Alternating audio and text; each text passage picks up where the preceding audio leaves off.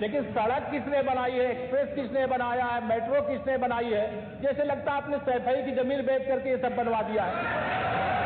तुमने घर के अपने पिताजी से पैसा लाते हो बनाने के लिए? तुमने राशन बांटा है तो पिताजी ने क्या बात है?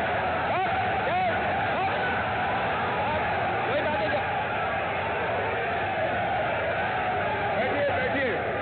बैठिए, आप भी बैठिए, राजेश जी आप भी बैठिए, सब लोग बैठे, आप भी बैठिए, सब लोग, नेम जी बैठिए, राजीव बैठो।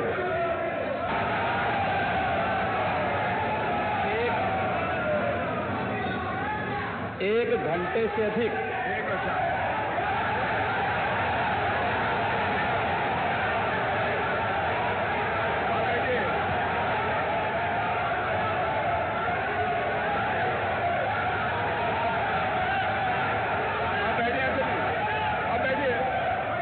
माननीय अध्यक्ष जी, नेता सदन खड़े हैं माननीय, आप अनुमति दे चुके हैं, उसके बाद ये शोर शराबा ठीक नहीं है, ये उचित बात नहीं। अध्यक्ष जी,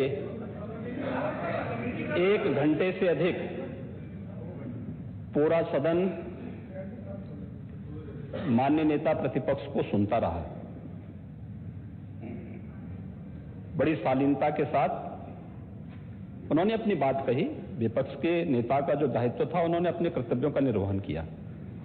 हम लोगों ने सुना। इस सदन में और सरकार के उप मुख्यमंत्री अपनी बात को रख रहे हैं, बीच में रनिंग कमेंट्री का मतलब क्या है? और दूसरा, एक सम्मानित नेता के खिलाफ असभ्य शब्दों का प्रयोग हो, तो शब्द का प्रयोग हो, तो ठीक नहीं है। और मैं बड़ी विनम्रता से कहूंगा नेता प्रतिपक्ष को कि आपको इतना उत्तेजित नहीं होना चाहिए। देखिए, सफाई की बात नहीं कर रहा हूं मैं, सवाल सफाई का नहीं है। देखिए, हम लोग भी जो विकास कार्य करा रहे हैं, या आपकी सरकार के समय जो विकास कार्य हुए होंगे, ये हमारी ड्यूटी थी। सरकार होती है और हर सरकार को अपनी उपलब्धि को कहने का अधिकार है।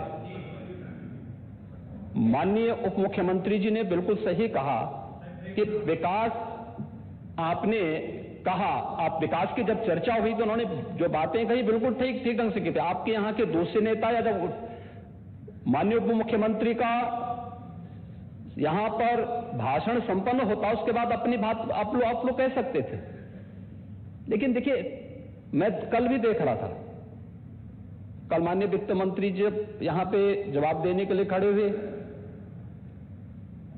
उन पर जिस तरीके की भाषा का प्रयोग उस समय किया गया, आज फिर हम देख रहे हैं। देखिए, लोकतंत्र में हर सदस्य को सदन में अपनी बात रखने का पूरा अधिकार है, और अगर आप कहेंगे तो कैसे इस बात की अपेक्षा रखते हैं कि इस पार से उसका जवाब नहीं मिलेगा?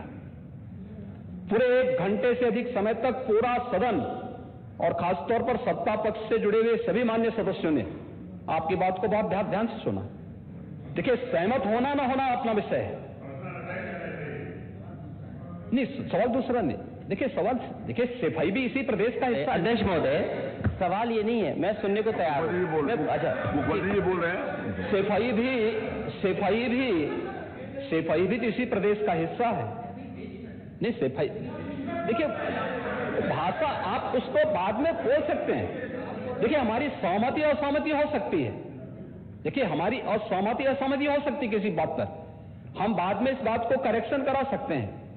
लेकिन तो मैंने शब्द का प्रयोग नहीं किया जाना चाहिए, और किसी भी असभ्य भाषा का प्रयोग नहीं होना चाहिए। और मैं माननीय अध्यक्ष जी से अनुरोध करूंगा कि अगर इस प्रकार की शब्दावली प्रोसीडिंग का हिस्सा बनी है तो कृपया उसको हटवा दें, क्योंकि ये गलत परंपरा होगी और मैसेज का देश के अंदर खराब जाएगा। हमें हमेशा इस बात को ध्यान में रखना होगा, सदन की मर्यादा का ध्यान हर हाल में बनाए रखना होगा।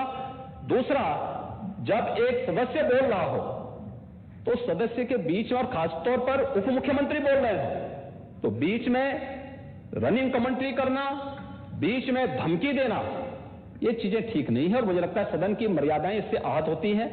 कोई भी इसको नहीं स्वीकार करेगा। और मैं विनम्रता से कहूंगा माननीय नेता प्रतिपक्ष को उनका सम्मान है, वे सबसे बड़े विपक्षी दल के नेता हैं और मुझे लगता है कि इस मर्यादा की अपेक्षा केवल सत्ता पक्ष से ही न करें, विपक्ष भी उस मर्यादा का पालन करेगा तो दोनों का सम्मान बना रहेगा और ये सम्मान दोनों का बना रहे।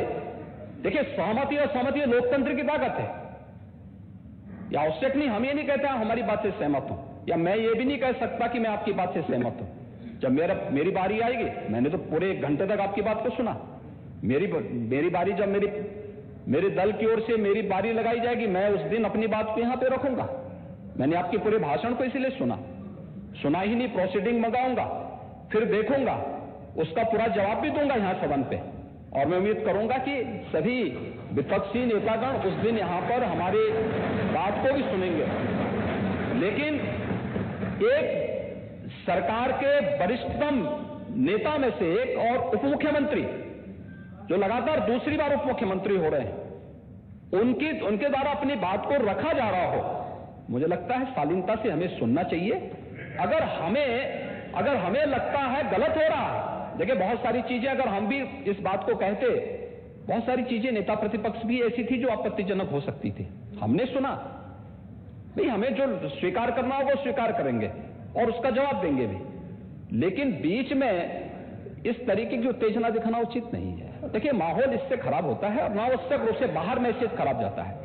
हमारे बारे में टिप्पणियां होती हैं, सदन के बारे में टिप्पणी होती है, हर एक सदस्य की मर्यादा भंग होती है और सदस्य की इसका सम्मान बाहर तार तार होता है, पब्लिक में इसका मैसेज खराब होता है और इस प्रकार की शब्दावली का प्रयोग न हो। और अगर ये तो शब्द का प्रयोग हुआ है तो मैं आपसे अनुरोध करूंगा कि कृपया इसको सदन की प्रोसीडिंग का हिस्सा कतई न बनाने दिया जाए, क्योंकि ये आने वाले समय में नजीर बनेगा। फिर यही होगा जो इससे पहले इस सदन में होता रहा है, उस चीज को हर हाल में रोकना होगा। और मैं आपसे विनम्र अनुरोध करूंगा कि ये रनिंग कमेंट्री, बीच में धमकी देना, ये चीजें बंद होनी चाहिए। अच्छा होगा कि कार्रवाई को दिखवा लूंगा। धन्यवाद। मैं कार्रवाई को अध्यक्ष महोदय, जो बात अगर नेता सदन ने कहा कि कोई अनपार्लियामेंट्री लैंग्वेज या वर्ड्स आए तो उनको निकाल दिया जाए, मैं भी सहमत हूं।